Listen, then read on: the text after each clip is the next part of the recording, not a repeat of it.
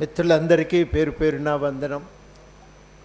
ఇక్కడ వారు సోని గారు విషయాలు చెప్పిన తర్వాత మిగతా పెద్దలు స్పందించిన తర్వాత మాట్లాడటానికి పెద్ద వివరంగా మాట్లాడవలసిన అవసరం కూడా కనబడటం లేదు.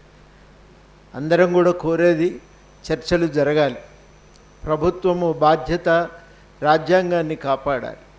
రాజకీయ అవి ఏమైనా వాటి పట్ల ప్రభుత్వానికి ఎంత విమర్శ ఉన్నా వాటిని రాజ్యాంగ పరిధిలో నిలబడి మాత్రమే వాటి పట్ల వ్యవహరించాల్సిన బాధ్యత ప్రభుత్వానికి.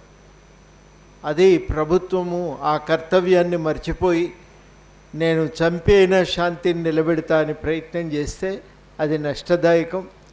అది ప్రజాస్వామ్యానికి నష్టం కలిగిస్తుంది, సామాజిక విలువలను దెబ్బతీస్తుంది. అందుకని అట్లాంటి ప్రయత్నం పనికిరాదని చెప్పి నేను భావిస్తూ ఉన్నా. చర్చలు జరగాలి. ఈ సమస్యను శాంతియుతంగా చర్చల ద్వారా మనం దీన్ని పరిష్కరించడానికి పూనుకోవాలని నేను చెప్తున్నాను. పెట్టిన ప్రతిపాదనను అంగీకరిస్తున్నా. చాలా కీలకం ఏంటంటే హింస అనేది ప్రజాస్వామిక వాతావరణాన్ని దెబ్బతీస్తుంది. మనుషులు తమ ఆకాంక్షల్ని వ్యక్తీకరించడానికి ఉండే అవకాశాలను దెబ్బతీస్తుంది. ప్రత్యేకించి బలహీన వర్గాలు, మహిళలు, వృద్ధులు వీళ్ళందరూ కూడా రాజకీయాల నుంచి దూరమైపోతారు. చాలా కొద్ది మందికి సంబంధించిన కార్యకలాపంగానే అది మిగిలిపోతాయి రాజకీయాలు అనేవి. అట్లాంటి పరిస్థితి పోవాలి కాబట్టి మావోయిస్టులు కూడా చర్చకు సానుకూలంగా వాళ్ళు కూడా కదిలి రావాల్సిన అవసరం ఉంది. శాశ్వతమైనటువంటి శాంతిని నెలకొల్పే విధంగా ఒక ప్రయత్నం జరగాలి. ఏ పార్టీ కూడా తన లక్ష్యాన్ని వదులుకోమని చెప్పే అధికారం మనకు లేదు. కానీ పద్ధతుల విషయంలో తప్పకుండా జాగ్రత్తలు పాటించమని, ప్రజాస్వామిక వాతావరణాన్ని కాపాడటానికి, మనుషుల హక్కులను కాపాడటానికి, స్వేచ్ఛను కాపాడటానికి పూనుకోమని అభ్యర్థించేటువంటి అధికారం మాత్రం మనందరికీ ఉంటుంది. ఎందుకంటే అందరం కూడా ప్రజాస్వామిక హక్కుల కోణం నుంచే మాట్లాడుతున్నాం, దానికోసమే పనిచేస్తున్నాం. కాబట్టి ఆ మేరకు ఆలోచన ఒకటి జరిగి వారు కూడా ఒక అడుగు ముందుకు వేసి ఈ చర్చలకు పూనుకోగలిగితే మరి అక్కడ బస్తర్లో అక్కడ మామూలు ప్రజల యొక్క హత్యాకాండ అనేది ఆగిపోతుంది. ఎప్పుడు కూడా ప్రభుత్వం చెప్తున్నట్టు ఈ ఎన్కౌంటర్లలో చనిపోయేదంతా రాజకీయ కార్యకర్తలు అనుకుంటే పొరపాటు. వాళ్ళు ఒక్కరు ఉంటే 30 మంది ఇతర సాధారణమైన ప్రజలు ఉంటారు. చాలా వివరంగా చెప్పారు కూడా ఇంతకుముందే.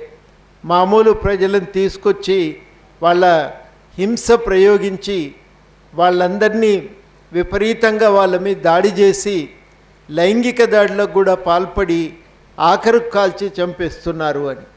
కాబట్టి ఇది సాధారణ ప్రజల యొక్క హత్యాకాండనే. మనకిచ్చిన గణాంకాలు కూడా ఆ విషయాలను చాలా స్పష్టం చేస్తున్నాయి. ఇట్లాంటి పరిస్థితి తలెత్తుతుందని అందరికీ తెలుసు. అందుకని దానివల్ల ప్రభుత్వం వాస్తవానికి చేస్తున్నది ఏంటంటే హింస ప్రజ్వరిల్లటానికి కారణమవుతున్నది తప్ప పరిష్కరించలేకపోతున్నది అనేది చాలా స్పష్టంగా అర్థమవుతున్నది. కాబట్టి మొట్టమొదటి బాధ్యత ప్రభుత్వానిదే.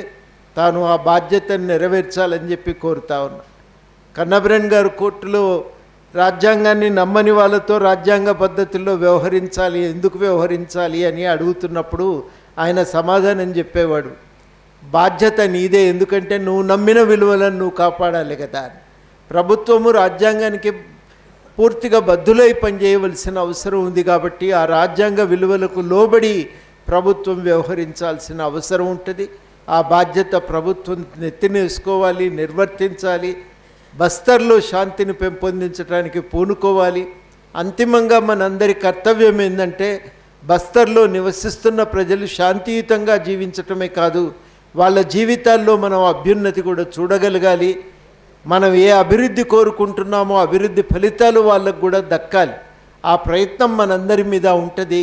ఆ ప్రయత్నం కోసమే ఈ శాంతి నెలకొల్పాలని చెప్పి నేను భావిస్తూ ఈ చర్చలు ముందుపడాలి, శాంతి నెలకొల్పాలి.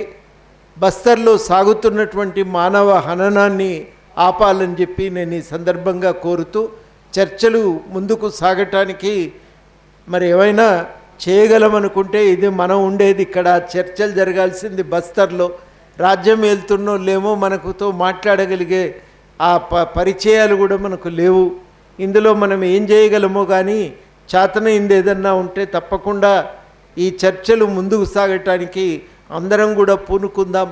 మనకు తోచిన మేరకి మన వంతు కృషి మనం చేద్దామని ఈ సందర్భంగా నేను ప్రతిపాదిస్తూ సెలవు తీసుకుంటాను.